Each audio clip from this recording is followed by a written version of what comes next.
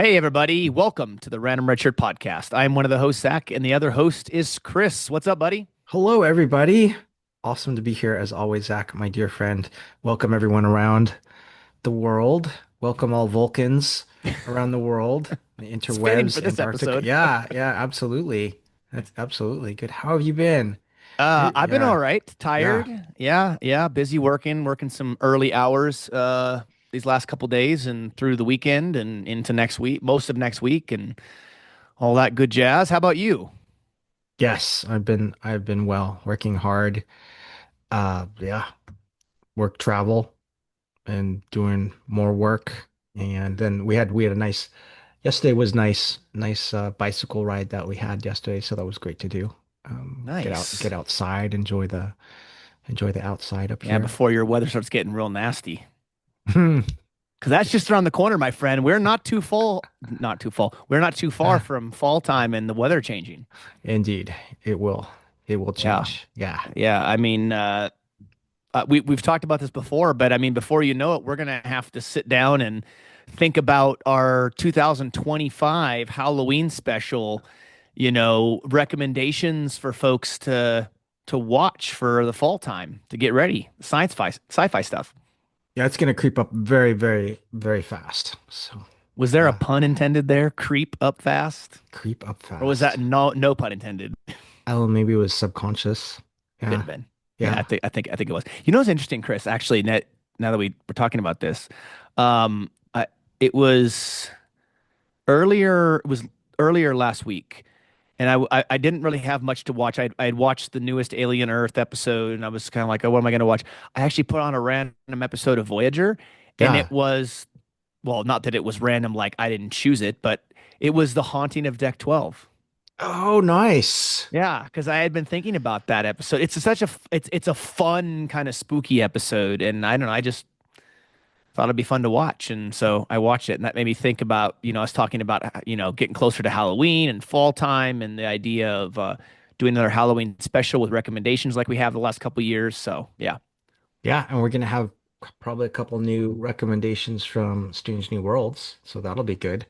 and Alien Earth will certainly be on the recommended watch list for this year for Halloween because it's Indeed. it's very I mean it's an Alien series, right? So we know the Alien franchise are really good jump scare and frightening and suspenseful, a little gory here and there.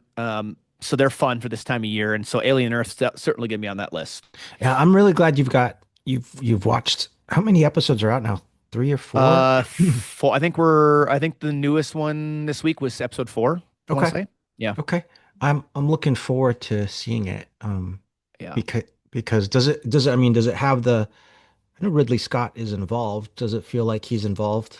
Yes, it feels very, very alien, Hmm. very alien-esque. I have enjoyed it. Um, it is because the cool thing about it is it's not just the xenomorphs from the Alien franchise, right? There's other creatures involved too, so it still has that element. It has kind of that horror sci-fi element. You see the xenomorph thing. You see some of that, and because this is a prequel that takes place before the first Alien movie, Right. then that kind of sets the stage to say, okay, this makes sense. I understand why this is happening, why this is that way, and so forth. And yeah, I think it's good so far. Again, only 4 episodes in. So far, I think it's been a great addition to the Alien franchise. Nice. Yeah, Very nice. definitely good. So, but today, we are going to be talking about Star Trek Strange New Worlds, Season 3, Episode 8, entitled Four and a Half Vulcans. And if this is your first time watching or listening to us, welcome to the Random Redshirt podcast. We're a couple of nerdy guys. We like to talk about all this nerdy stuff, don't we? Well, absolutely. And I can't believe it's already episode 8. Is Right? this like a 10 episode Yeah, it's 10 season? episodes. I'm pretty sure. Yeah, it's 10. Yeah, I know it's 10 because we've seen the list. We talked about the list before of the episode Okay. names. Yeah. Okay. Yeah, that's right. Amazing. Because I think 8 the and next episode 10. after this is Terrarium. And Yeah. then episode 10, I believe, is New Life and New Civilizations. Okay. For me, it feels like there's so much to explore, like uh in terms of what I want to see, that I could easily want more episodes this season. So we'll see what the next two episodes bring. Well, and if you think about it, Chris, as fans of all the legacy Star Trek series, we were used to 20 some episodes a season, right? And a Yeah. lot of this new Trek is 8, 10, 12 episodes, which is actually standard across a lot of the different series nowadays. Yeah, it is, which makes it even more critical, maybe that you the episodes that are within that 10 help propel or fit in that feeling of the particular season. So if there's something you really don't like, I mean, then that's already like 10% of the season, right? Right. So, right? And we've had this conversation a little bit before, but don't you feel like with only 10 episodes a season or 12 or this really condensed seasons that we get with these new series and in this case Star Trek, don't you feel like because the seasons are so short and there's so few of them that every episode really needs to hit and every episode really needs to further the storytelling and the characters and all that because honestly, you get such a small amount that I feel like it's really hard to get into it as fully as you do in the older shows. And in the case of Strange New Worlds, um, you really want to get the audience invested in the characters, and I that can be a challenge with only 10 episodes. Yeah, absolutely can be a challenge. I mean, I think Strangely Worlds does a good job of getting us invested in feeling about the characters, but you definitely don't have as many episodes to get the arc, the individual arcs of the characters that you might like to see throughout Yeah. the series and throughout the season. Could you imagine if, let's take our two favorite series from Star Trek with TNG and DS9. Could you imagine them being 10 episode seasons? They wouldn't be able to tell like they wouldn't be able to tell half only tell like half the stories that they told in the legacy show with all those episodes. Yeah, actually, that's a great point. You don't have as many episodes that you can to fully develop the character or the individual stories that you might want to explore, right? Yeah, that's a great And point. Matt, yeah, so if we think about Strange New Worlds, it's going to have 5 seasons. We know that. I've heard rumors that season 5 might not have a full 10. It might only be 6, but maybe the episodes are longer. But let's just say, for the sake of right now, that season 5 had 10 episodes. That means you only get 50 episodes for the entire series to tell stories, develop characters, you know, further the storytelling and so forth. Versus, let's take TNG for example, which had 7 seasons and about 20 some episodes a season. That's well over 100. That's more than double the number of episodes you get. Now, you'd be able to get rid of clunker episodes like Code of Honor and some of these really bad episodes, right? You'd be able to remove those. But with Strange New Worlds, and we'll talk about this, Strange New Worlds has no margin for error when it comes to having a clunker episode. Hmm. Yeah, yeah, yeah, I'm understanding. Yeah, I I don't get it. know. Yeah. Yeah. So, anyways, but thank you all for joining us again. As always, be sure to go on Facebook and Instagram and Threads. You can find a video version of this episode and others on our YouTube channel if you're listening to us on the audio side. And if you're watching us, we have quite a few episodes that were audio only back in the day before we started the YouTube channel that you can check out wherever you get your podcasts. But that being said, let's jump into this, Chris. Four and a Half Vulcans, written by Dana Horgan and Henry Alonzo Myers, and directed by Jordan Canning. And she has directed quite a few Strange New Worlds episodes thus far. Yeah. Yeah. So this is great. Let's jump into it. Like, so the premise of this episode is they get to go to shore leave, and so they're looking forward to that. And you get to open with I'm pretty sure near the opening is with Battelle and Captain Pike doing a little exercise sparring in the gym, and I thought that was great. Yeah. That was pretty cool. I'd missed seeing Battelle actually the last couple episodes, so I'm glad she was pretty prominent in this one. Yeah, she was. And it was kind of fun because some of the back and forth between the two of them. And I believe she mentioned something about having to talk to the Vulcan admiral that she can't stand. And this idea of whether, she wants to try to get back to becoming a lawyer again, right? Getting back into Starfleet law, which we saw her do. And remember, she was the lawyer who defended Una during her trial in season 2, I believe it was. Yeah. So we know she has that background, and I think Battelle has this idea that she's going to be able to become, maybe get back into being a lawyer again, but that Starfleet might not put her back in the captain chair yet. Yeah, yeah. It would be oh, because she's kind of a hype. Well, she is like a hybrid and undergoing Yeah. treatments right now. So Yeah. yeah, that would be, I suppose, difficult to have her back in the captain's chair. But to be there as again in the judicial branch of Starfleet would be, that'd be great. Yeah. That's true. She's doing a good job. Yeah. Yeah. Yeah, so I love the opening there. They're about ready to go shore leave, and oh, that's right. There was another opening with, this was funny. I mean, this episode was was everything was comedic about this episode, setting it up, right? But we also open with Leon and Una in the lounge, having a meeting together, or eating together, Yeah. and a very like awkward interaction when Spock comes with Leon too. And so yeah, go ahead.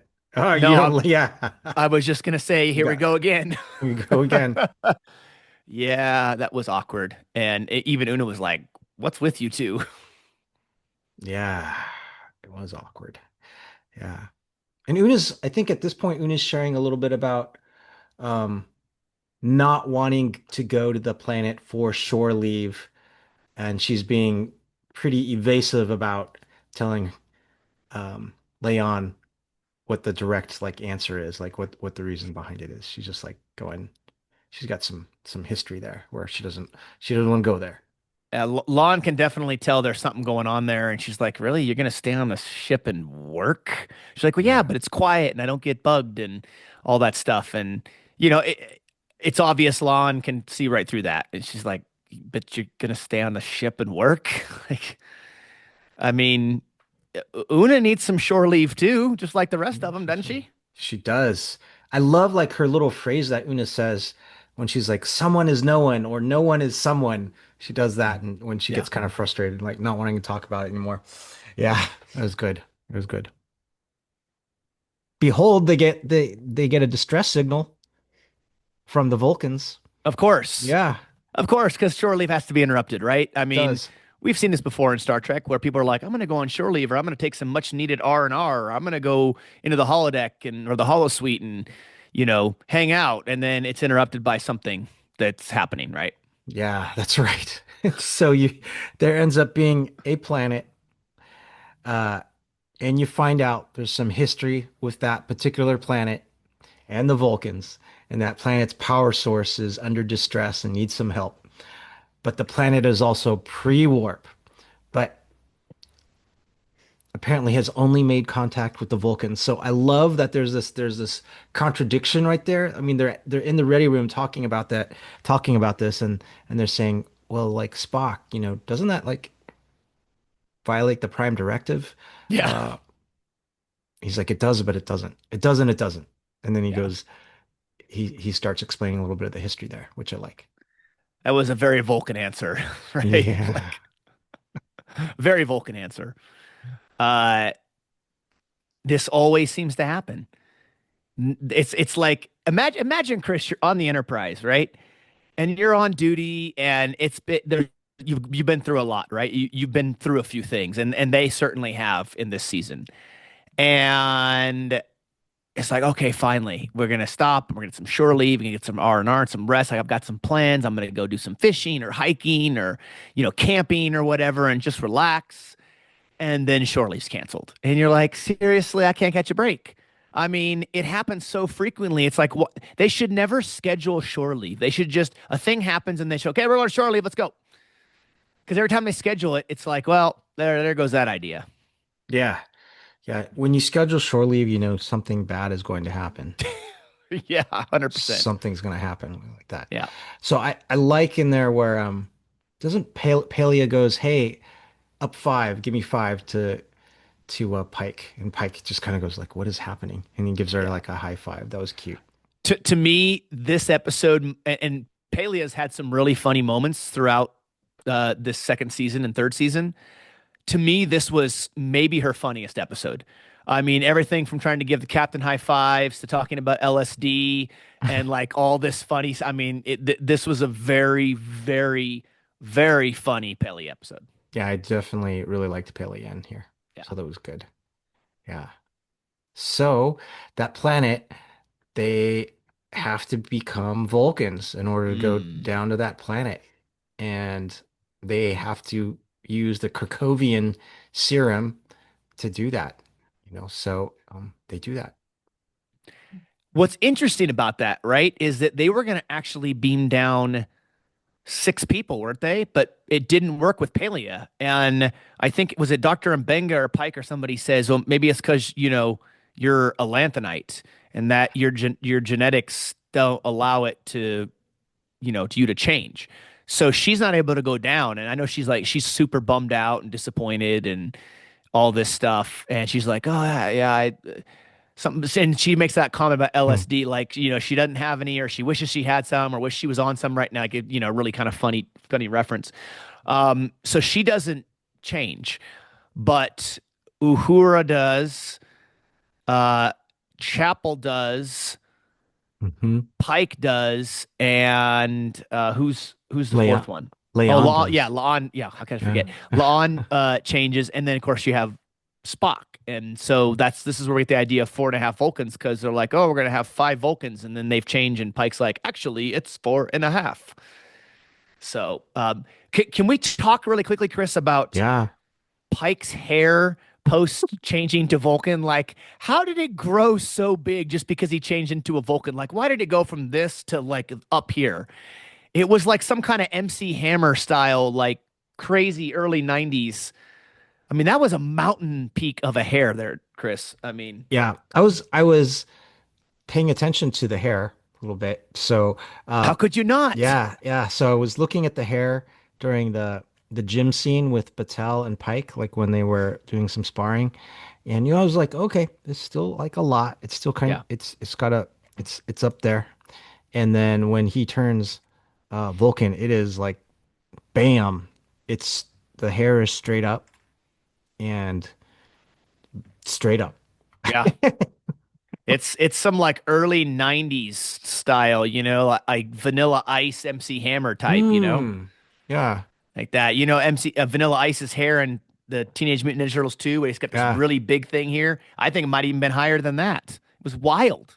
It was wild. I actually like that the hair gets more and more ridiculous because I mean they talk about it, but Battelle makes a comment about that when they're talking about the Vulcan Admiral. I forget his name, but it'll come to my mind in a minute. She goes, yeah, he always refers to you as someone with the captain with the inappropriate hair, and so and they're just it's just like running thing throughout this season and all of Captain Pike's hair products that he has to have like I in his was gonna say quarters. because in a Yeah. previous episode, Battelle mentions Mhm. about his hair products, right? Yeah. So yeah, the fact that they have done the hair thing, and I think fans have made a lot of noise about it online, and so it's just kind of become this running gag, and I do like that kind of undertone where Strange New Worlds is able to not take itself too seriously and kind of make fun of itself in that way, which I think is good. Yeah. So I actually enjoy the hair getting like higher and higher and higher and seeing that going, oh, well, how high is the hair in this Yeah, particular episode? yeah, Yeah. agreed. Agreed. Yeah. Go ahead. No, no, I was just gonna say, I also wanted to bring up this idea. I'm bouncing around here a little bit, but with with Pike, and I don't know if this was the direction he was given or if this was just Anson Mount's decision, but I will say, like, it was Pike as a Vulcan was very, to me, inconsistent because sometimes he sounded very robotic and he would like be shouting and be very loud. And then other times it was more even keel, more smooth. I don't know. It was really hard to follow Was it? sometimes. Yes. I found it hilarious. Okay. I found Pike's Vulcanesque like hilarious. Like the scene where he was like always shouting, and Yeah. I think when they had finished the mission on the planet and they came back and they were in the sick bay, and they were in the sick bay and he would get close. He when he would That's get true. like Like super close to up everyone, close, like yeah. right up to Yeah. them. Like the close talker from Seinfeld, yeah. He got like so close to Mbenga, and he's like, "What is your assessment, doctor?" And I thought that was so funny. So I really enjoyed Pike as a Vulcan. Okay, Chris, I do have to Yeah. ask you, this might be the most important question I ask you of this episode. Oh yeah. The whole thing, this is maybe the most important question. When you finished watching this, or at any point during the episode, did you feel even the slightest bit insulted as a Vulcan for them making fun of you and your kind? Was there in any way, shape, or form any type of feeling insulted? Yeah, as a Vulcan, yeah, I feel like a little attacked. A little attacked. Yeah. Yeah, yeah, Yeah. We're not all jerks, but you know, but sometimes Vulcans can be jerks. yeah. Yeah, for Spock sure. would. Yeah, that was a There great is. line by Spock, by the way. Yeah. When he says, "Yes, Vulcans can be jerks, can't they?" or something like Yeah. that. Like, isn't it kind No. of interesting? I do like the self reflection of this, right? Because Spock is the only Vulcan on the Enterprise, I believe, right? And he then sees his crewmates turn into Vulcans and sees how they are doing things, and he's like, "Oh, he didn't. He just doesn't. He doesn't realize it, right?" And so you kind of see this light bulb go off with Spock, where he's like, "Oh, I get it now." I understand. Like he's a little bit of looking into a mirror. Yeah, and Spock, I mean, Spock is always on the outside when he grew up on Vulcan, right? And now seeing his kind of his closest colleagues full Vulcan, like I'm sure takes him back going, "Oh, yeah, now he's reminded he's the one half Vulcan, he's not fully Vulcan." So he's dealing with that again. Yeah, Yeah, so I have to say like they did a great job making them look Vulcan. I thought Uhura looked great as a Vulcan. yeah. Like she did. I didn't like La'an's hair as a Vulcan. Mm, yeah. Her now. Okay, I will say in any way, Chris, when she was a Vulcan, do you feel like the way they did her hair and her looks? If you don't look at the ears, right? Yeah. You just look at the face and the hair. To me, that made her look a lot more like Khan, minus the ears. Oh, okay. I Okay. saw a much more of a resemblance to her long distance relation or yeah relative Khan. Sorry, I'm having a hard time speaking today because I'm tired and my words are jumbling. But All yeah, I good. mean, I saw the more likeness of Khan in her, like younger Khan, not Rathacon Khan, Yeah. younger Khan. I saw much more of a likeness of Khan in her that way with the hair done again minus the ears than you do normally. Oh, yeah. I would have to go back and look at the Toss episodes with Khan. Oh, that's an intriguing kind of comparison that you've got. So And I'm I'd not want to saying take she a looked look at that. exactly like him. Don't get me wrong, but Yeah. it just I just kind of had this aura of okay, I can see the Noonien Singh in her There you coming go. out. There you Yeah, go. You know, and so the uniforms that they changed into, um, I love that they like kept those on for the longest time. They came back and they had those on. yeah. Like they liked them and they kept wanting to wear them. I thought that was ridiculous. And funny that they just kept wearing them. Like, okay. I mean, it must have been the logical thing to do, That right? was logical. Yeah, Indeed. yeah. Indeed. I was thinking another thing, they didn't do this on Pike's hair, but it also would have been funny, because Pike's hair is so ridiculous. If he came up and you see Pike come up and then he's got the traditional like Vulcan hair with all like it's coming down and it looks like Spock, because that would be so, so different. I think it would be very funny to see Pike with a traditional Vulcan haircut. Yeah, with like the hair down Hmm. and like this very Yeah. nice, even, yeah, Spock-like thing. Yeah, that would have been Yeah. pretty funny. Yeah. That would have been, but they obviously took advantage of an opportunity to go as absolutely ridiculous as possible with the hair, Yeah. way, more so than normal. Um, I found the costumes they wore as Vulcans incredibly well done.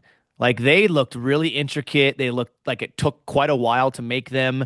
I mean, they were very, very well done. They certainly had a Vulcan feel to them, something you could totally believe seeing, Vulcans at a monastery wear or Vulcans on Vulcan. I mean, it had that feel, right? That very traditional style Vulcan clothing that we've seen throughout um, TOS and the TOS movies and Enterprise and all of that.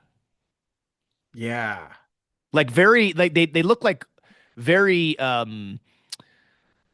what's the word I'm looking for? Like official, uh ritualistic looking. I don't know. I'm trying to think of the right word for them, but they very much had a Vulcan feel. Not that they were very well done. I was thinking about those costumes. They were very intricate. Yeah. Um, Formal, that's the word I was looking for. They look very Formal. formal. Yeah. Yeah. And so they must have tried to resemble the Vulcan garb where that planet like first made contact with the Vulcans, so it'd be familiar, right, to the inhabitants of that planet, I'm thinking. Or Um, maybe that was something similar that the Vulcans wore when they made contact with them. right. It could have been, yeah. Yeah. Yeah. It was very intricate. Okay. Because I am currently doing some shift work right now at my job. Uh Hopefully not for much longer. But I thought it was hilarious when Vulcan Pike, comes up with the 14 shift rotation. And every 42 minutes or 45 minutes they rotate. And there was a scene when they were in Pelia's quarters and she pops out of her bed and she goes, "These 14 shift rotations are killing me." Yeah. It's like 'cause she's like on shift and she goes to bed and then, I mean, that was hysterical. That Yeah. was number one's like, this is insane. Like, how do you expect to pull this off? He's like, well, this is logical and it keeps people blah blah blah. And that was funny. That was really funny. Yeah, I agree. There was a lot of funny stuff here. I love that they start uh discussing things like, "Hey, are we, we're trying to overthrow or we're going behind Pike's back," and Una's like, "No, we're like lightly plotting. Like it wasn't a mutiny. Yeah. Like we're just lightly plotting." Yeah. Um and it was just funny like all the way. We even have Kirk come in this episode, which It I was yeah. unnecessary, Chris. We didn't Okay. need Yeah. Kirk. We didn't Yeah. need him. What was the purpose of him being there, really? I mean, how did that change anything other than we saw him and Scotty? Like, yeah, we make a good team, don't we, Scotty? Like, yeah, we know that. We know they make a good team because they're going to be a good team when he's in command of the Enterprise. But yeah, that part kind of, well, my feelings about Kirk in this show, right? But like, it just kind of Yeah. annoyed me. And again, it's nothing against Paul Wesley. I have nothing, no issues with that and him playing Kirk. It's just it's not Kirk's show. Why do we keep force feeding Kirk down the audience's throat? We know what's going to come. We know he's going to kick command of the Enterprise eventually. But did you feel like he added anything to the episode at all? I don't feel like he did.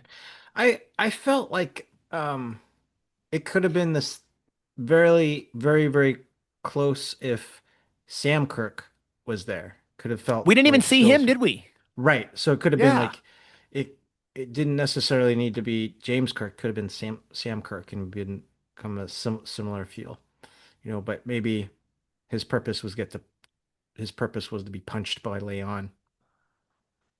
I guess, but honestly, I like Sam Kirk a lot. A lot. Dan Janot, I think his actor's name who plays him, is Mhm. fantastic. He's a Yeah. really funny character. He adds something to the show. Like I like the character quite a bit. So you're right. I think it's a good point. Like having it be Sam Kirk instead would have made way more sense. Because again, we know Sam Kirk's in the ship. It makes total sense that he's part of the crew. We see him, here and there. But just throwing Captain or James Kirk in again just doesn't make sense to me.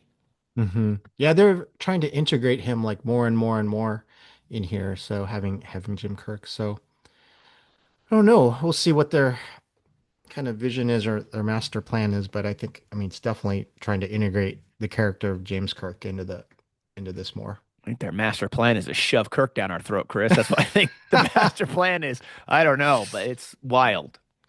Oh, I enjoyed the scene. So with Pike being Vulcan, right, where he's in the quarters with Batel and he's cleaning Oh and like yeah, yeah, and you just see him vacuuming. Yeah, the and little Starfleet hand yeah, it's a vacuum, like Starfleet the little vacuum. Yeah, dustbuster. For those of you who know what a dustbuster is back in the day, basically it's a little hand vacuum. But yeah, he's getting the quarters ready, and he's like saying, "We'll be really ready for the Admiral now, but we've got to get rid of the like the human the human smell." And Batel's reaction, which is- that was great. He's picking up the laundry, and yeah, Captain Pike was very comedic in this episode. yeah, he really was. And it's very apparent as the episode goes on that each crew member who's turned Vulcan gets more and more strange. They get weirder and weirder as the episode goes on. I'm assuming you probably noticed that. Like they become more and more extreme. And one thing we begin to find out as the episode goes on with La'an is she gets scarier because I think was it Scotty or Kirk who make a comment about how she's beginning to act more and more like a Romulan unless like a Vulcan, which makes sense because as an audience, we know Romulans and Vulcans are distant cousins. Because she wants all the specs and she wants to upgrade the weapons and she wants to like start shooting things and she wants to take over and be in the power in the galaxy and Scotty and Kirk are like she's kind of acting like a Romulan, isn't she? Yeah, well, I think that at this point in the show, like Scotty and Kirk don't know what a Romulan is. So you have that scene where they're saying, "Yeah, she's not like any Vulcan like we've known." But you have that scene where Pike and Leon come together because Captain Pike goes like, "What are you doing, Leon?" And they're like at the Jeffries tube, and and he's saying, "You're not like a normal um Vulcan." And he goes, "On a mission that I can't tell you about." Right, there's that scene. Like, I learned something about Vulcan history, and then she goes, "Yes, on a mission that I can't tell you about, I learned something about Vulcan history too." And they Yeah. said, "Well, let's both say the name at the same time," and they both Oh, say that's what it was. Romulan. And Yeah, okay, yeah, that's what it yeah, was. It wasn't Scotty and Kirk then. You're right. Romulan. Yeah, yeah, yeah. that's right. So I thought, I thought that was cool. Yeah, that What was the? interesting. But as I thought about it, and as the episode went on, and she's getting more and more aggressive and this kind of like power control and weapons and Hmm. everything. I thought to myself, okay, well, she's turned Vulcan, but maybe the reason why she's so much different is because she shared genetics with Khan. And that Yeah, would be a very Khan Noonien Singh and his followers type of mentality. And I would have made an assumption that her genetics were fighting against the Vulcan in her that she now has become and the genetics in that genetic line from Khan have complicated matters that are not in the other three that turned Vulcan. And this is one of the many reasons why Lon's my favorite character. And this idea of being linked to Khan, I thought was so brilliant and so genius to have a character like that who's serving in Starfleet, is a distant relative of Khan Noonien Singh. And we've seen that creep up here and there throughout the first almost 2+ seasons, almost 3 seasons now, and I think it's awesome. And I don't know if you felt that way or if that thought went through your head, but that's kind of what I was thinking that the genes from Khan were in conflict with those Vulcan genes. yeah. Well, like Leona's always, that's kind of her personality, right? Um, she's different than everyone else on the crew. So I was thinking, yeah, that all plays into it like as well. Yeah. And I like that they're exploring that like throughout this episode, and particularly like at the end, when Spock has to go inside and try and discover her Katra and bring that out. Yeah, I closed my eyes during that scene. But Did anyways, you? no. Um, I did like that they referenced Katras because we know Katras, this idea of the Katra in Star Trek has been around for a long time. And it's been around since I believe Star Trek 2, right? When Yeah. Spock mind melds with McCoy. Yeah, and they don't actually use the name Katra, I don't think, in Star Trek 2. You just have that scene with Spock and McCoy after before Spock goes into the chamber, the radiation Right. chamber. But then in Star Trek 3 they mentioned Katra, That's right? yeah, that's when they So start talking about so the the Katra. idea of the Katra starts in Wrath of Khan We then learn about what that means in Star Trek 3, and it continues on. And they deal a lot with Akatra in Enterprise, right? Because uh, Archer, during their wandering in the desert with him and Hmm. T'Pol, he takes on Sirach's Sirach? Is that his name? Yeah. The Vulcan Oh, oh the yeah, Vulcan that the quote unquote rebels, whatever they're called, fall. It's been a while since I've yeah, watched that of Enterprise, but he takes on that Katra from somebody else that had it. It's passed to him, right? So we get a lot of Katra stuff throughout the Star Trek franchise, and we're seeing it come up in this, and I think that's really cool. yeah, yeah. I agree. And that's the only way they can get them back by accessing their Katras and with Right. someone that's an expert in Katras. And that's not Doug. Spock. It's Yeah, Doug. Doug. I mean, who names the Vulcan's name is Doug? I mean, that was a bit bizarre for me.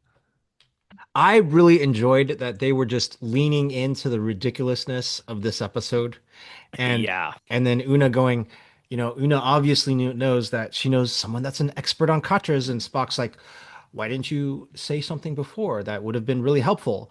And Yeah. she's like, well, because he's my ex. And I love like where this goes. And she goes, you're gonna see a side of me that is different and just keep it between us. And I thought it was great. I really really enjoyed it, and it was very funny. It was very interesting. And going back really quickly to the different characters doing more and more strange things as the episode Yeah. goes on. One of those things, so two things I think we should talk about because the first thing when it happened, I'm like, oh, okay, this is how they're resolving it because we see Chapel break up with Corby, and I'm like, fascinating, as the Vulcans would Fascinating. say. Yeah. I was like, oh, they're going to resolve it and they're not going to have to worry about this relationship anymore and having it in the episodes because she's broken up with him and it's over. And I'm thinking to myself, well, she's going to eventually return to her normal self and maybe he's pissed off and doesn't want anything to do with her anymore, whatever, right? But obviously, we know that's not exactly the case. And then with Uhura, she mind melds. Is With Beto, I Vito, think yeah, Vito, Beto or yeah, Vito. yeah. Hmm. Uh, in order to kind of change him a little bit, and he becomes a little more Vulcan-like. And of course, that didn't go over well with him in the end, because she's pretty much brainwashed him, and that pissed off Lieutenant Ortegas quite a bit as well, for good reason. But I found it very interesting how the different characters began to change as the episode went on, and how that affected the way they interact with other characters. Yeah. I don't know about you, but I liked Beto in this episode. Remember, like the other episode, What is Starfleet? We really didn't like him. And so this one, I liked him. I was like, yes, Yeah, this is the guy I like. And I was saying the yeah, same thing. Yeah, yeah, that's great. And I thought it was great that Uhura kind of what she did. She did like a mind meld to make him more willing to her suggestions, which is great. He was more compliant. And then Ortega's Erica, she's like, I can't believe you did this to my brother. And she said something like, you thought it was annoying. Well, that's because like Ortega's is like, we're both annoying. We're supposed to be like annoying. yeah. That's why we're Ortega's. Or she said something like that. I thought that was great. She was venting like her frustration. So Didn't she say um, too? Like I thought that's why you liked us or yeah, something because of yeah, that or something. Yeah, yeah. yeah. So I enjoyed that. Um, yeah, that was good. And um, Nurse Chapel. Yeah, she essentially goes all science, full into science, right? And she's like, "No, I understand you better, Spock." And she breaks up with Dr. Corby, breaks up with Spock, like as Yeah, a she can't even be friends with him anymore. yeah. And like this scene, I thought it was interesting that the writers put this in, but then she goes, "Yeah, I think you and Leon are good together." And he look on Spock's face, he's like, "Oh, why is that?" And then she has Chapel says a short kind of explanation of like, well, you guys are both of you are broken, and then therefore, just like the Japanese art of kintsugi, you can put together two broken pieces and they can fit well together. So it was interesting that the writers brought in that Japanese art of kintsugi because that's pretty. There's a lot of meaning behind that.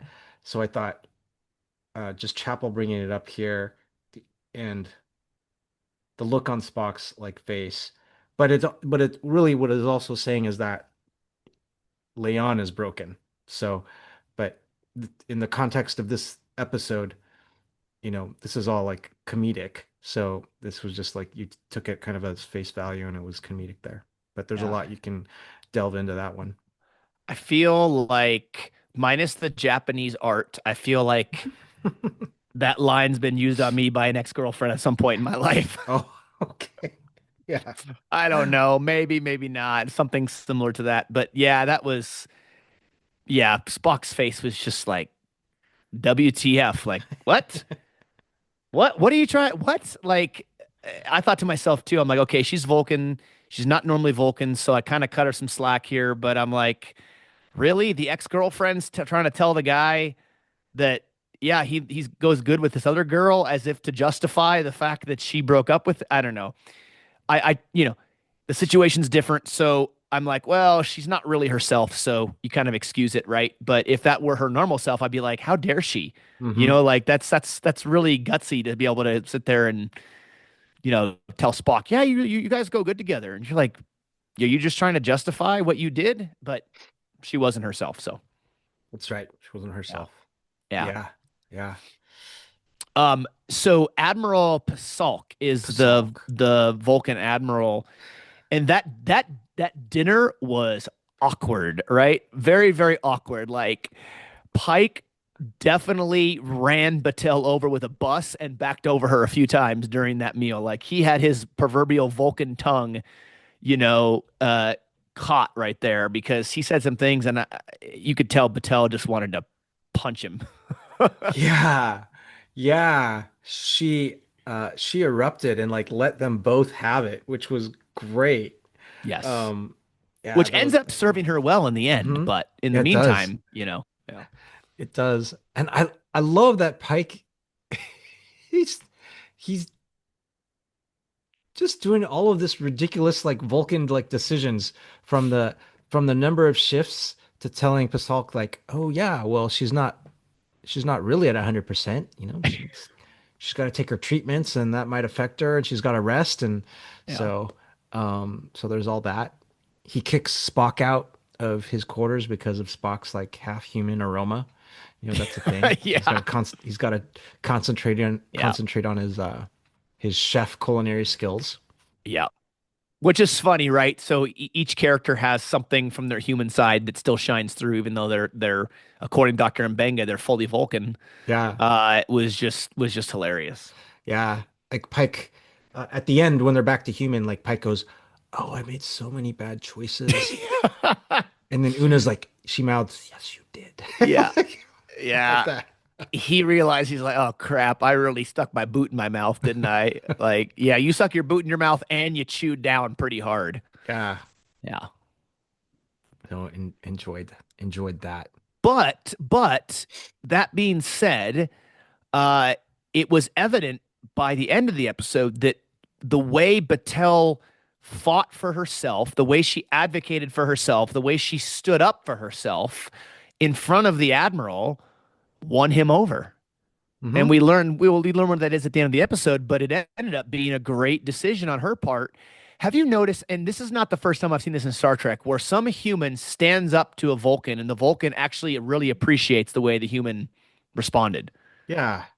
Not always, Yeah. because we see Archer really pissed off at the Vulcan High Council before they launch, in the pilot episode of Enterprise, and they get into this kind of sparring, verbal sparring match. It's not always the case, but there are other instances where humans kind of stand up to a Vulcan. And they're like, oh, and it's like they appreciate that more because the Vulcan, the humans, they may be emotional, but they're whatever the Vulcans like, I guess. Like that's a great point because um episodes and like that episodes like that throughout Star Trek, Vulcans respect the humans more That's what when, it was. Yeah, yeah, respect him. when there's like this display of intense conviction because the Vulcans don't really, not that it's there, but they're not like they don't emote like that, right? Yeah. They don't that's that's not how they are. So like when there's this when there is a display of like intense like conviction that is like values based, then they go, oh, they tend to go, they really respect that. Yeah. And Yeah. I find it interesting because did Spock say it in this episode? I don't remember, but we know for a fact that while Vulcans tend to suppress their emotions, we also know that Vulcans have very, very intense emotions, which is why they felt over the many millennia that by suppressing those emotions, they could operate in a more logical manner, right? And they could let logic dictate their actions and not emotions. But they're very, very emotional creatures. Indeed, they feel even And deeper doesn't than that. Spock say something about that in this episode Yeah. about the intense emotions that Vulcans feel? He says something like they feel deeper. That's what it is. Yeah, That's why they need logic to kind of to control that's right. their Yeah. impulses. Well, I mean, on this show, Chris, you are the Vulcan slash Mhm. Spock expert. As you people, if you don't know, in the past, Chris has mentioned that Spock is his favorite character in Star Trek. Right? I'm not. I didn't No, imagine that. Right? He's your favorite. Yeah. yeah, that's So Chris is our resident Vulcan expert. He would know. indeed, indeed. Ah, yes, yes, indeed. Like, Yes. yeah, Did you think that scene was really funny where uh Chapel makes the plomic soup as a peace offering to Spock and Roger, and it's absolutely horrific. And Spock says something to the effect of, uh, it's absolutely awful, or I don't know whatever his yeah, exact verbiage was, but it was pretty funny. yeah. He said is unsatisfactory. That's what it was. Yeah, that's right. Unsatisfactory. Yeah, Corby said something like when Corby first tasted, he goes, "It's hot. It's very hot." Yeah, And yeah, I like that a lot.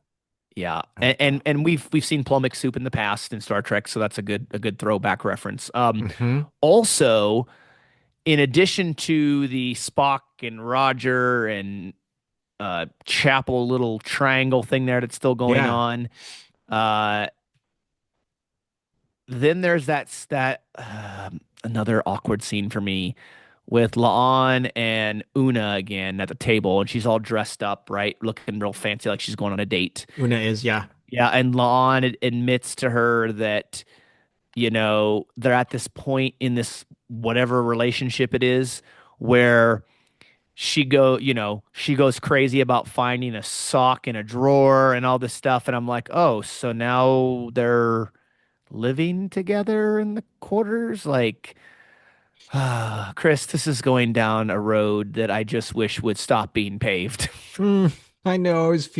I felt for you, Zach. Uh, I'm so sorry about that. it's okay. So this is kind of brings up an interesting thing that's different in Strange New Worlds and the format of Strange New Worlds because even though we were thinking, Strange New Worlds is more serialized. It is more serialized than something than Discovery or Picard. It is, but you still have a lot of I would say more mm, melodrama romance between the characters than perhaps with um TNG. Yeah. I and I am think about it. I'll think about it more. I might be off on it, but I felt like, you know, TNG, you would have these things where there was romance in TNG, but like with Captain and Vosh, Captain Picard and Vosh, or like um or Beverly Crusher and then like the ghost man in the candle, God. like the alien. But it was kind of like a lot of those were like one and done, Yeah. um or they'd I mean they would still like continue throughout the season, but they wouldn't necessarily dwell on it either. But in Strange New Worlds, it's like now it's when there's a romance, then it kind of permeates like everything Mhm. within a particular like episode on how the characters like interact. Then you're like that okay, there's been a romance. It's either a past romance, a current romance, or a budding romance, and then you've got these different kind of um other characters that provide tension, to that romance throughout it. Yeah. So, and that's kind of how I feel, and I might be kind of off, but I'm just thinking, does the relationships between the characters, the romantic relationships between the characters, there's just, it permeates more in Strange New Worlds than if you go back and look at like TNG, where it's like, it's in TNG, but it doesn't, TNG, I didn't feel like really like dwelled on it a lot. Yeah. Yeah, I agree with you. I mean, TNG had, it had Riker and Troy and then that other Worf Troy thing we don't talk about. Yeah. That the Law and Spock thing is like the Worf Troy thing that we don't talk about, except for seems to be lasting longer than the Worf and Troy fling. I mean, you had Data and Yeah. Tasha Yar there for a brief moment before she's killed by some gooey swamp oil. Um, but yeah, I think you're right. I think that they seem to lightly bring it up and bring it in here and there, but you're right. These relationships are very much in the forefront. And now I like the fact that the show is relationship and character heavy because that tells me that they are attempting, and they haven't always been successful in this show, but they're attempting, I think, and tell me what you think in it or if I'm way off. They're trying to make Strange New Worlds, I think, character driven. Like the characters are driving the stories rather than the stories driving the characters. And maybe I'm off on that. I tend to like that because of DS9 and what they did there. But if that is the case, I think that's a smart move. I just don't like some of the relationship stuff. It's like, okay, yeah, we get it, we get it, we Hmm. know, yeah, we know.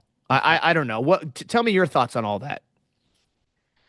Yeah, I mean it's definitely character based like throughout all this and I mean, do you think the characters are driving the stories, or do you think it's the other way around? mm, this is a good kind of question. Because if I think about TNG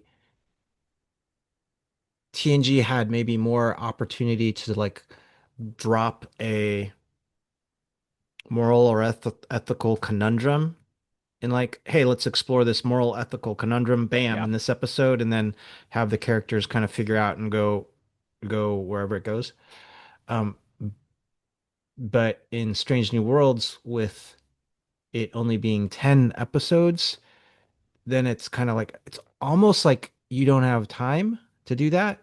You kind of go in, oh, we've got to develop the characters yeah, a little bit more so you get the personality of the characters, and there's not as much time to drop this moral conundrum in there to have the characters kind of figure it out like through the way, right? So yeah.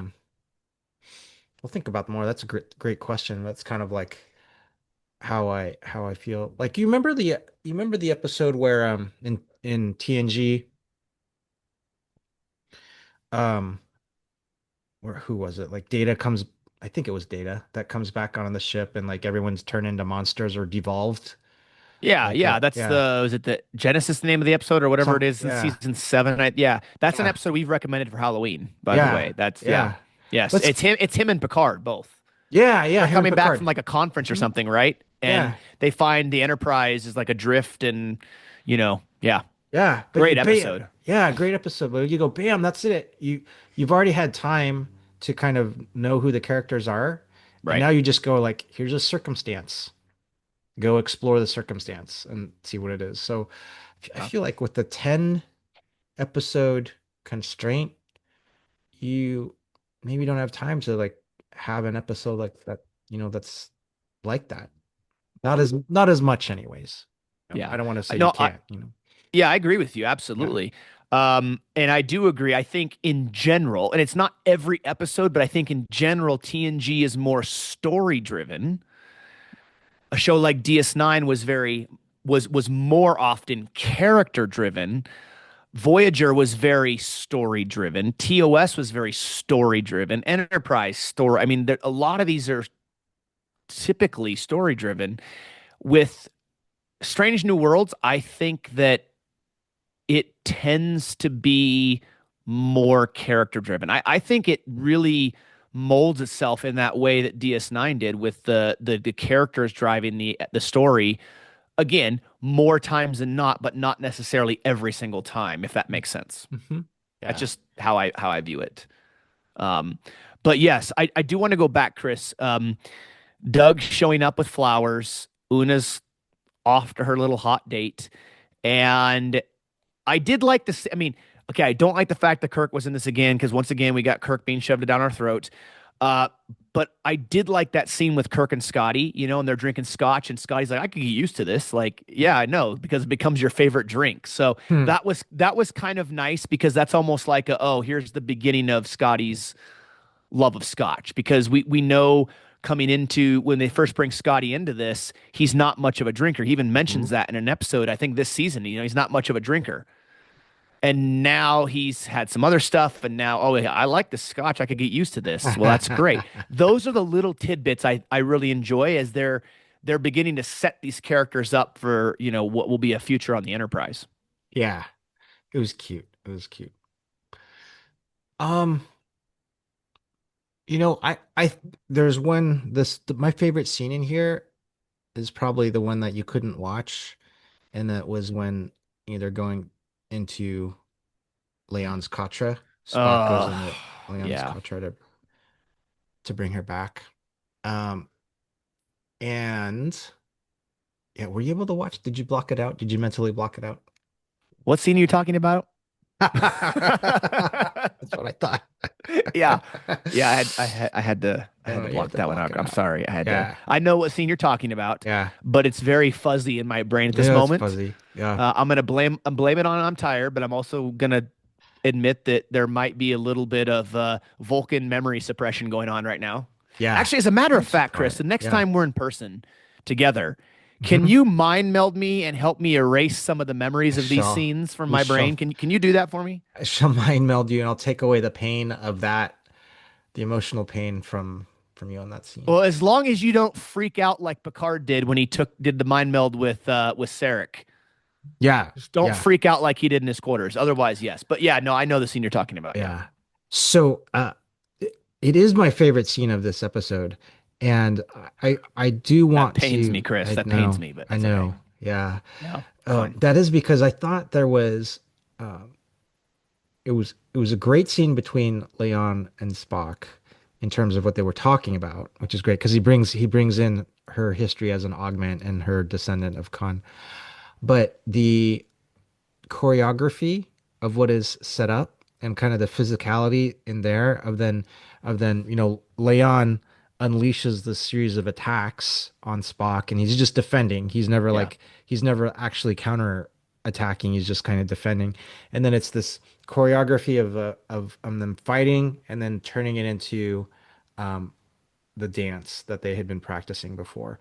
And so in uh so there's just kind of there's the symbolism of kind of the fight between them of where they are like and trying to figure out how it is in their relationship, and then becoming like a dance and a partnership dance in there too.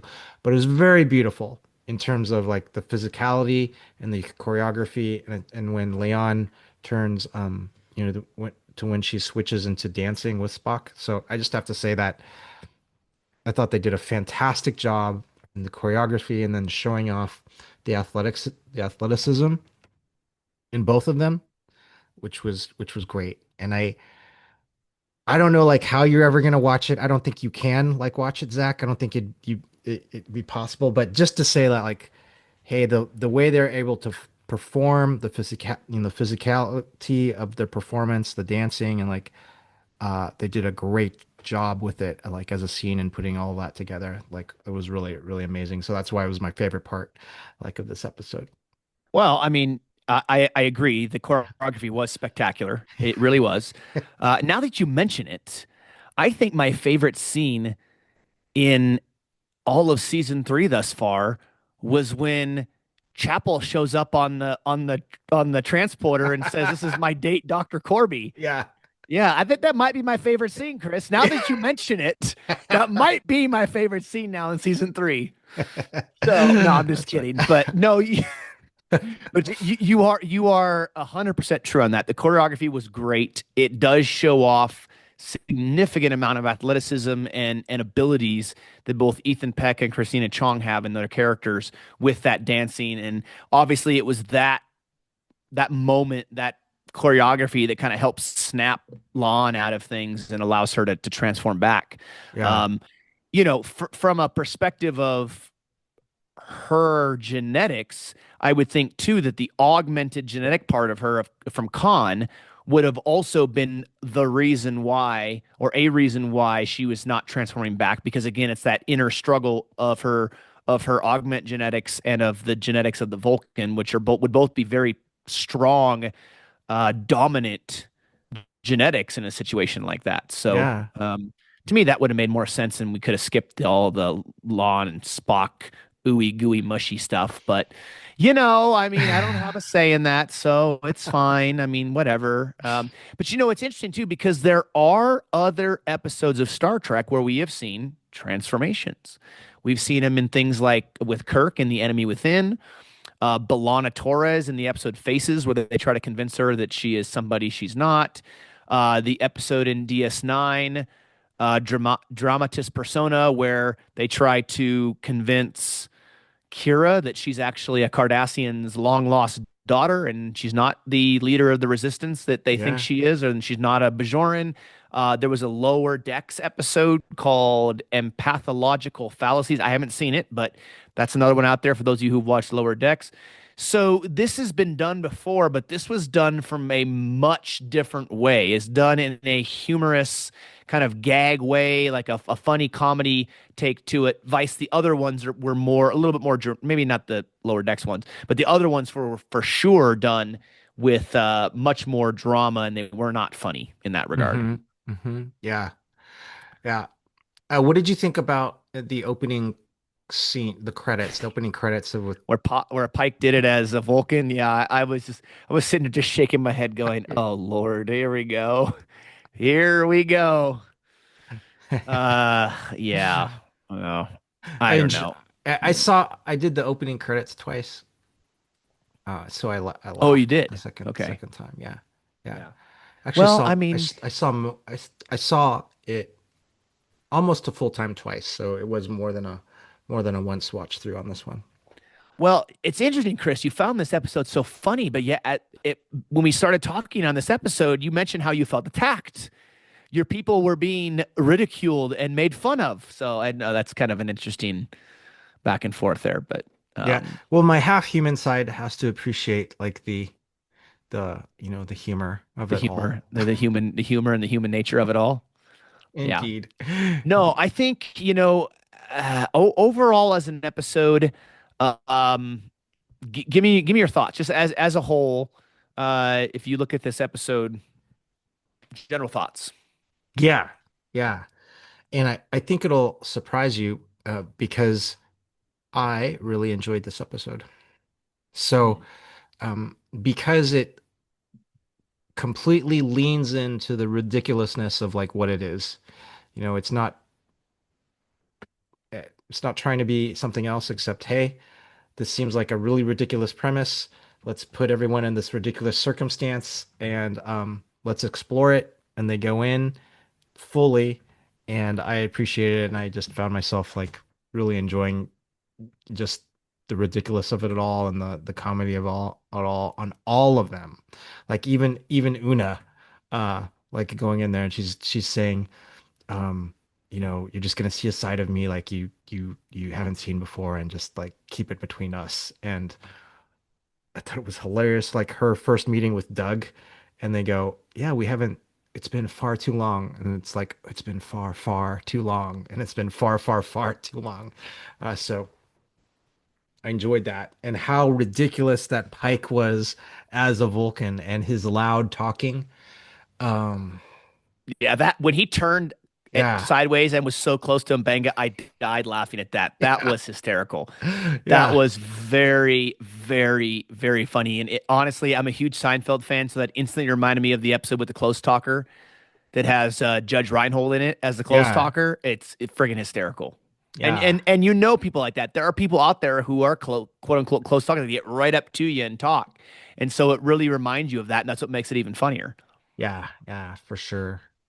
So I I'm I thoroughly enjoyed this episode. So positive endorsement from me, but I think that I know it didn't I think you might have some contrary thoughts. Yeah, I mean, there were a lot of funny moments in this Ah, episode for sure. I love the fact that Strange New Worlds can make fun of itself and not take itself too seriously. I think that's an important thing in a show, especially these days. Um, but yeah, this episode to me was it. I wasn't a huge fan, to be hmm honest with you. It just kind of was. I would have liked to have seen them actually go down to the planet and do the thing. I mean, it was so ridiculous that they beamed down within 3 seconds. It's done. It's hmm like, oh, hmm I mean, I know they're Vulcans, but Vulcans aren't like that. They're not like Data, where they're that fast. That was a little kind of. I mean, it was funny, but it was absurd too. Like honestly, this episode felt like a live action Lower Decks episode, but hmm not Yeah. necessarily in the way I would have liked. And again, we all have our opinions. I'm not trashing the episode. It wasn't my favorite. Yeah. Oh, I No, it wasn't understand. my favorite. And honestly, we've had two episodes in a row now where I really am just kind of like, I don't know. And the whole Kirk thing. I mean, we had Ken Purdy on with us a couple episodes ago, my cousin-in-law, and we were chatting about this episode after he watched it, and he's like, "Yeah," he's like, "Once again, we're getting Kirk rammed down our throats." I'm like, "I Mm, know, I know." And again, I'll say it a million times: there's nothing against Paul Wesley at all. I don't have an issue at all with his portrayal of Kirk. I don't understand why we continually need Kirk in this show. It feels like a little bit of a slap in the face to Pike. Like, let's let this show be his show. hmm And hmm have you noticed, Chris, that maybe not in this episode, but we haven't had a significant amount of Pico across the course of this season yet. Yeah, notice that. I mean, we haven't had like usually the captain's much more involved in the episode, especially only 10, but there's been a lot these episodes have been very Pike light. Yeah, they have. They have. I will say like the shuttle to Confori episode was such like there was a Pike and Benga like awesomeness Yeah. episode, right? Where like Yeah. action oriented, like they're taking it to town, destroying those zombies was so cool. But Yeah. yet there was a dramatic element to it, right? There was this serious drama and frustration and anger and stuff between about him with Patel and not telling. I mean, there was a lot of layers to that episode. I think that Shuttle to Conforti episode is still my favorite one of the season so far. Yeah.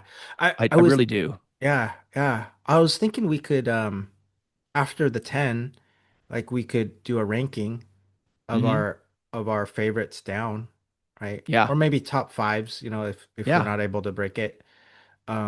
But the so that would be interesting. Is Hegemony Part Two is for this season only? Is Hegemony Part Two still your favorite of the season? Yeah, amongst my favorites, it is Hegemony Part 2 and Shuttle to Confori are up there.